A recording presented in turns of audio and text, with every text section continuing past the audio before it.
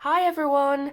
This month's Colour in Heaven is quite a special one. It's called Fairies in Nature and it includes 40 enchanting and playful designs by Jenny Cook.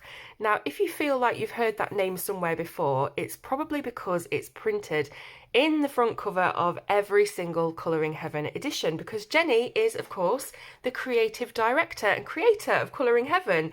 So these are all of her images. She's never appeared before as an illustrator. I believe from reading the little blurb on the inside cover that she's not actually done any drawing for about 20 years.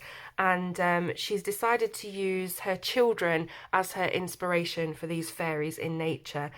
And they're absolutely gorgeous. So obviously this is a really, really special edition because it's been done by the very person who brings Colour in Heaven to us every single month, or at least one of them. And yeah, it's really, really exciting. So without further ado, let's have a look at the images. This one really is a brilliant starter image. It is the benchmark for everything you'll see throughout the rest of the book. We've got the beautiful children, really cute and sweet. We've got the fairy wings, obviously, and the pointy ears, just showing that they are a little bit magical. And we're set within this enchanted forest sort of environment. So anyone who loves these kind of images, I don't think there's anyone who wouldn't, because they're just so sweet. But if you do love fairies in particular, I'm sure that you will adore this edition. So that was called Best Friends.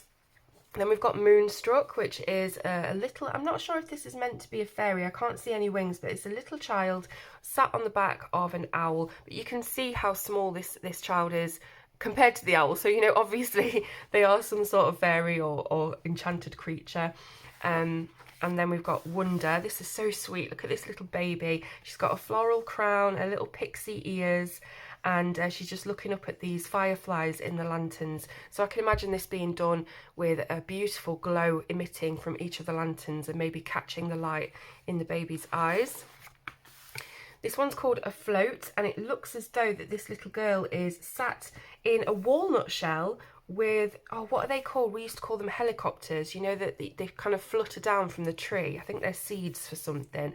And she's using those as oars. So it's really, really imaginative and original. You know, it's not something I've seen before. And it's something I struggle with myself, you know, having just started illustrating, is to just think of the these different ways that you can set characters into the image. So, you know, sat in a walnut shell using these as oars is, like I said, it's just incredible imagination. And I think we're on a river, it looks like. This could be an otter. We've got a dragonfly and there's lots of rocks and things. So I guess she's having to navigate her way through that. Then we've got guardians. So these look to be those cats that are, I think they're hairless cats. They look quite Egyptian, don't they? So it might be nice to maybe nod to that in your colour scheme. There's a little bumblebee up here and of course the little fairy girl. Then we've got the fairy princess, and this image just really caught my eye and captured my heart. It's such a cute little girl who's, you know, just staring really innocently and happily into the camera. I adore this image. I used Copic markers for this, and I wasn't too sure what this was in the background. Obviously this is a tree trunk, and then this was a tree, so I just made it into a birch tree with the colouring. But this I wasn't sure, so I just gave it a kind of blurred, desaturated look to maybe look like some background foliage or something. But I was kind of struggling with the composition and the perspective of this, because obviously she's looking up from, you know, holding on to this tree stump, but this tree was sort of this way, and then I was trying to figure out what they were, but hopefully I've done it justice, I don't know. But yeah, so I use Copic markers and I use KJ Design by Karen Paint to do the metallic sort of Celtic knot around it. Really, really enjoy these images that are contained, as you know. And yeah, just had so much fun doing it. I wish I'd filmed it now. I just sat down and decided to start it and see what happened. I'm not, you know, hugely proficient with Copic markers as of yet. So I was putting, you know, some different skin tones down in the kind of areas where I would normally do highlights and shadows in pencil, and it was looking so red that the skin was just, it looked like, you know, it looked like she'd been tangoed, bless her. And I decided to put some purple on top, some very, very light lavender, to try and even out the red tone. That's usually what I do with pencil, and it worked really, really well. So I wish that I'd sat down and filmed it for you, because it did look like a right mess for quite a while, and then it just came into its own. So I'm really, really pleased with it. I adore her green eyes. Obviously I've tried to use the same sort of shades to pick out the detail in the ivy and things like that. And yeah, I love it, I love it.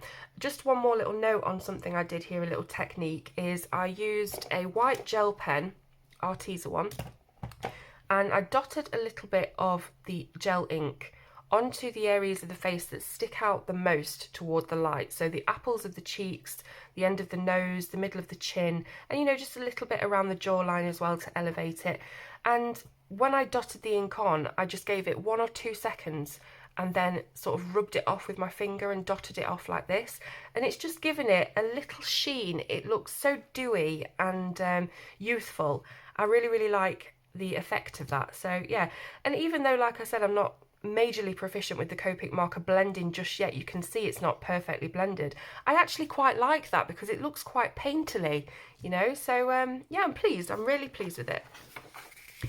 So this is the Fairy Prince, so the counterpart to the Fairy Princess, and again lots of, you know, sort of jewels and things that sort of hark back to a bit of a Game of Thronesy type time. So it kind of has that sort of old, not medieval, but sort of vintage fantasy look about it as well. Then we've got New Arrival. There's the baby again, and she's sat in this, well, it looks like a cabbage, or it could be a lettuce, and you've got all the vegetables behind her as well, and the garden fork and everything, this really funny shaped carrot. But yeah, so obviously you can see by the line art, it is very, very fine and really quite light. It's a grey line art more than a black. So I guess that gives you the potential to, when you're adding your colours, sort of make all of the lines fade into the background, and maybe it gives it a more realistic look, I don't know. But I know there's a lot of colourists who can erase the lines of, say, a portrait, and it ends up just looking not like it was drawn, like it's more like a photo kind of thing. So I think that's maybe what you can achieve here, because the lines are so fine and so light. This is gorgeous, look, walkies. So we've got the little fairy boy, and he's taking the dog on a walk, who's, you know, 4 times his size. And we've got the sunset in the background with a little lake over the moor. Really, really nice. This one's called Shelter. So this little fairy girl is using a sunflower as her umbrella. We've got a fairy house in the background with the keys hanging up next to the door. And again, really, really well done with the perspective, because I can see this this brick road sort of coming from the horizon line. I don't know what I'm talking about. You know what I mean, though. She's really talented in that, how she's put these images together, and I think I'm appreciating that more now, having started drawing my own stuff. So Little Artist, this is really fun because I think it must be Jenny's son, and he's holding this exact copy, Fairies in Nature Special, and you can see he's got his coloured pencils, his desk behind him, so he's going to have fun colouring in. It's a bit meta, isn't it, that one? It's sort of like the magazine within the magazine. So this is called Feeding Time. You see a couple of little fairies. Well, I don't know whether they're fairies, because to be honest, they're pretty much standard size when you look at the horses, but they do have wings, so maybe the horses are just really tiny too, I don't know. And they're just feeding them some hay. Sweet little scene. This one is so cute. I mean, if I had to use one word to describe this book, it would be adorable, because that's what it is. These cute little kids with their fairy ears, their flower crowns, and you know, the wings and everything, and just giggling away there. I'm just having a look at her shoes as well. It looks as though they're made out of a leaf that's been tied, almost like a ballet shoe. And, you know, even the little details, like her little cropped leggings that have these scallops, almost leaf-like edges. Really, really nice. Then we've got Reflection. So this is, I guess it's a lily pond. Got all the lily pads, the dragonflies and things. But you can see very, very lightly her reflection has been rendered within the water. And that's really going to help if you want to create a sort of realistic reflective look. So yeah, it'd be interesting to see this one done. I'm quite excited to see how people tackle that. This is called Crystal Moon, so it kind of reminds me of like a harvest pagan type of thing, this one. It's got what look like reeds or hay or twine or twigs or something making up the moon, with lots of succulents embedded into it and crystals as well. So really nice. It's almost like a dream catcher as well with the hanging crystals. Green Fingers, another little fairy girl. Again, lots of succulents and flowers in this oval frame. This one's called Secret. This one's really fun. So this almost looks like this could be Jenny, I think, because she's got the glasses on. I'm thinking this is Jenny, and then these little fairies are showing her their secret hideout. Then we've got Treehouse. This is a really fun looking treehouse. I'm not entirely sure what they've ended up making this out of, but it's really, really cool. And I especially like this kind of wicker entry thing that's going on here. It's like an arch. So we've got the cat as well. Lots of animals included, cats particularly. So again, we've got that hairless cat. Do they call it Siamese cat? I think they do. Then we've got Reap and Sow. So let's have a look at what's going on here. So we are right down at the roots of what look like radishes, I think.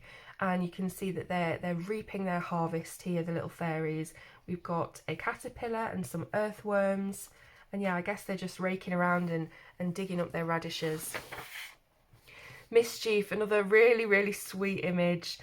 You can see that she's pulled up these onions. I think they're onions. And yeah, she's getting into mischief. She's got inside the plant pot. She's ripping out the plants. But you know, how can you tell her off for that? Look at that face. Then we've got Birthday Treat. So this has loads of cake and fruit and deliciousness on this one, just piled high. This one's called Posy 1. So maybe there's a Posy 2. And again, it's contained in a fun kind of geometrical border. We've got the crystals in the headdress. Oh, here's Posy 2. So she looks like she's got a little catapult made out of a twig. And then Posy 3. This is really cute. Again, you know, I could colour every single image in this book and be quite happy to do it. They're just adorable. Hitch a Ride. So we've got one that's this way around, the landscape orientation. She's hitching a ride on the back of what could be a robin, it could be a blue tit, or a sparrow. And again, we're sort of nestled within the trees here, and you can see the landscape in the background. Here's this one called Happy. We've got 3 kids just sat looking into the camera, very cheeky and beautiful. Then we've got Hide and Seek. So they're hiding within the hollow of this tree, and you can see we've got this big squirrel trying to find them. This one's Sleeping, and we've got 2 little fairy children here sat nestled within a sunflower, just having 40 winks. This one's called Bunny Hop. So she's sat on the back of her little bunny, and we've got wellies, we've got vegetables and garden in the background there. It's all very homely, very countryside-fied. Very countryside-ified, you know what I mean. New word. So this one's called Care. Sat again sleeping within a bird's nest, and the little bird is looking after him as if he's his own. He's just popping a little leaf blanket over the top. Then this one's super fun. It's called Blown Away. So we've got a little girl blowing the dandelions, and as you can see, we do have the little dandelion seeds, but also we've got some little fairies that are being blown away within it as well. Move it back round this way. This is called Precious, and this looks to be a fox, I think. So she's sat with her fox friend, and yeah, love it. Leapfrog, another really fun one. As you can see, we've got some frogs. Are they frogs or toads? I mean, they look like they could be either. I know there's a difference. Maybe a couple of them are frogs and that one's a toad. I don't know. But he's leaping over them anyway and having a whale of a time by the looks of it. Then we've got Spring. So as you can see, she's just got the harvest. She's got the apples coming off the tree. We've got the caterpillar and the moth in the background. Then we've got Summer, sunflowers obviously. And then Autumn, where they're holding a couple of acorns. I love how, I imagine this is brother and sister. I just love how he seems to be looking after her. He's got his arm around her and she's looking up at him in awe, like only a little sister can do. And then finally we've got Winter. So really sweet image. We've got the candy canes, and obviously they're huge, and the Christmas pine in the background and the berries and things like that. And then that's the end of it. So again, this is just another brilliant edition of Colour in Heaven. Obviously, a lot of them are hit and miss with people's different tastes and things like that. But I don't think there's anyone who's going to dislike this one. It's so sweet, it's undeniable.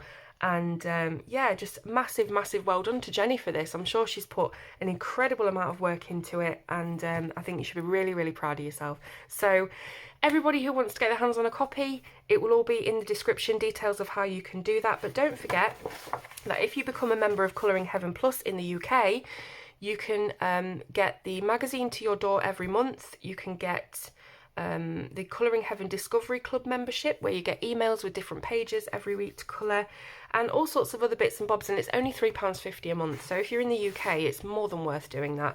I mean, these in the shops are £5.49, so you're saving quite a substantial discount off the original price, and you're also getting loads of extras as well, so really worth doing. But if you are further afield, again, there are lots of options for you. Check the description for details. Thank you so much for watching, and I'll see you soon on Colour with Claire.